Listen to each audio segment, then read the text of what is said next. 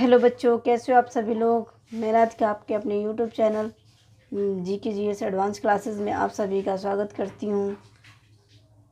सभी को good morning, सभी को राधे राधे। आइए हम अपने पॉलिटी के सेशन में एंटर करते हैं। ठीक, तो कल हमारा कहाँ तक हो गया था। हमने अपना उपराष्ट्रपति देखना स्टार्ट किया था। ठीक, तो उपराष्ट्रपति का हमने आर्टिकल 69 तक कर लिया था, यानी कि उनको शपथ दिला दी थी। और शपथ दिलाने के बाद अब वो कहाँ जाएंगे, तो अपने कार्य को करेंगे। तो आर्टिकल हमारा 67 कहता है उपराष्ट्रपति का क्या है, कार्यकाल। क्या है, कार्यकाल। ठीक, किस आर्टिकल में है, तो आर्टिकल 67 में है।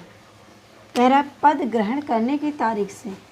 क्या है, पद ग्रहण करने की तारीख से, करने की तारीख से।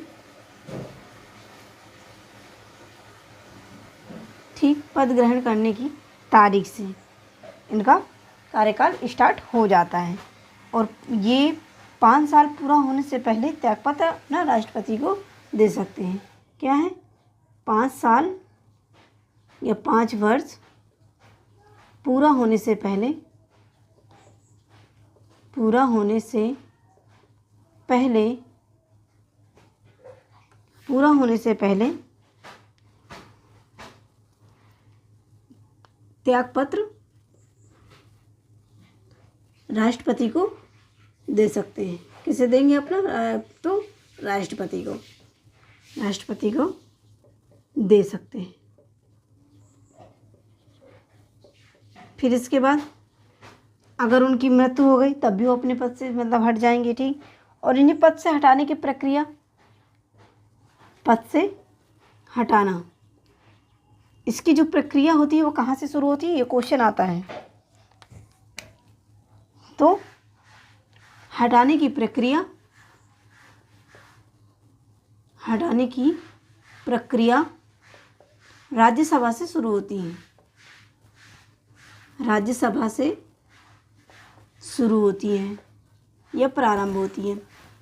और क्यों होती है, क्योंकि ये राज्यसभा के कौन होते हैं, पदेन अध्यक्ष होते हैं। क्या होते हैं, पदेन अध्यक्ष होते हैं।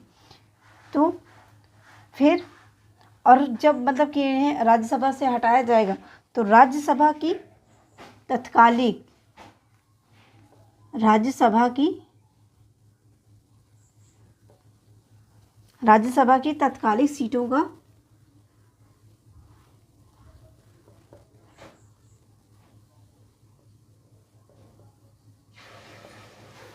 सीटों का विशेष बहुमत,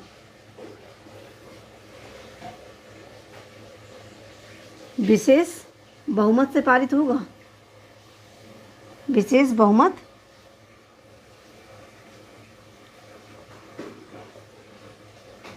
विशेष बहुमत चाहिए होगा। ठीक, फिर जब लोकसभा से पास हो जाएगा, इसके आगे विशेष बहुमत से बाद राज्यसभा से पास हो गया। राज्यसभा से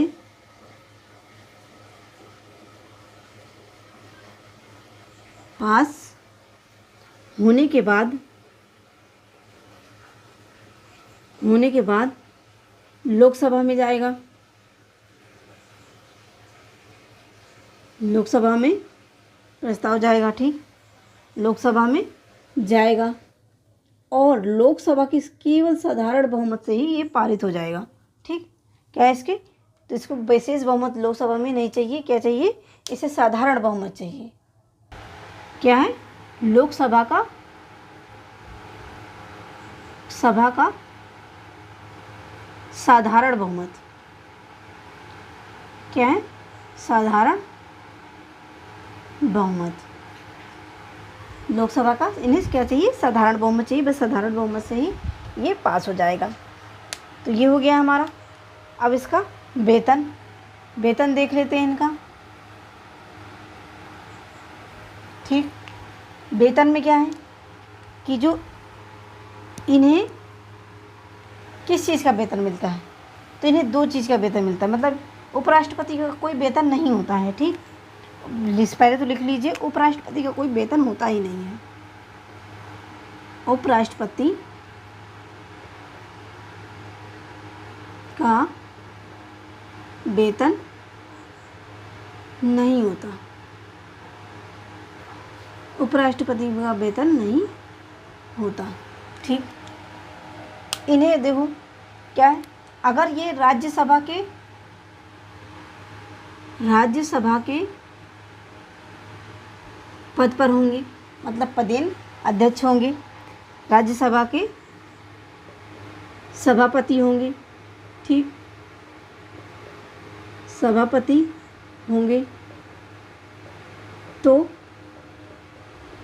उसका वेतन मिलेगा।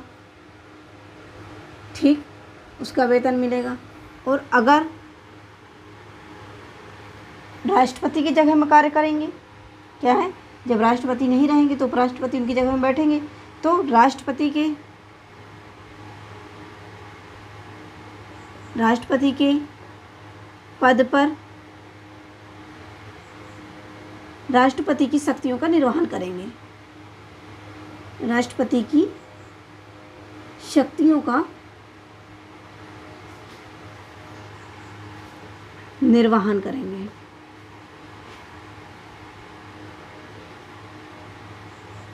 मतलब कुल मिला के राष्ट्रपति का उन्हें वेतन मिलेगा, उनकी शक्तियाँ मिलेंगी, उनका जो रहने का स्थान है, उनकी जो गाड़ियाँ, मतलब सारी फैसिलिटी किसे मिलेंगी, मतलब उस टाइम पे जब राष्ट्रपति नहीं होंगे तो उपराष्ट्रपति को दी जाएंगी। इसलिए कहते हैं कि उपराष्ट्रपति का कोई वेतन नहीं होता। अगर सभापति के रूप में होंगे तो उन्हें उनका वेतन मिलेगा। इस टाइम पे शायद 4 लाख है, और राष्ट्रपति का तो आपको पता ही है कि सबसे ज़्यादा है कितना, इस टाइम पे 5 लाख। तो जिस रूप में काम करेंगे उसी रूप में उनका वेतन दिया जाएगा। फिर उपराष्ट्रपति के कार्य, अभी इनका उपराष्ट्रपति का अगर कोई कार्य पूछे तो इनका कोई कार्य नहीं होता, इनका कोई कार्य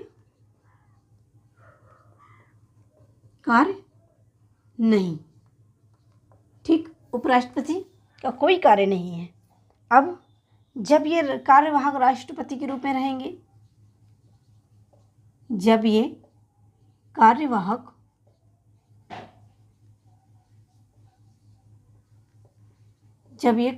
राष्ट्रपति के रूप में रहेंगे तो ये राष्ट्रपति के कार्य करेंगे, और जब राज्यसभा के सभापति के रूप में कार्य करेंगे, सभापति के पद पर रहेंगे,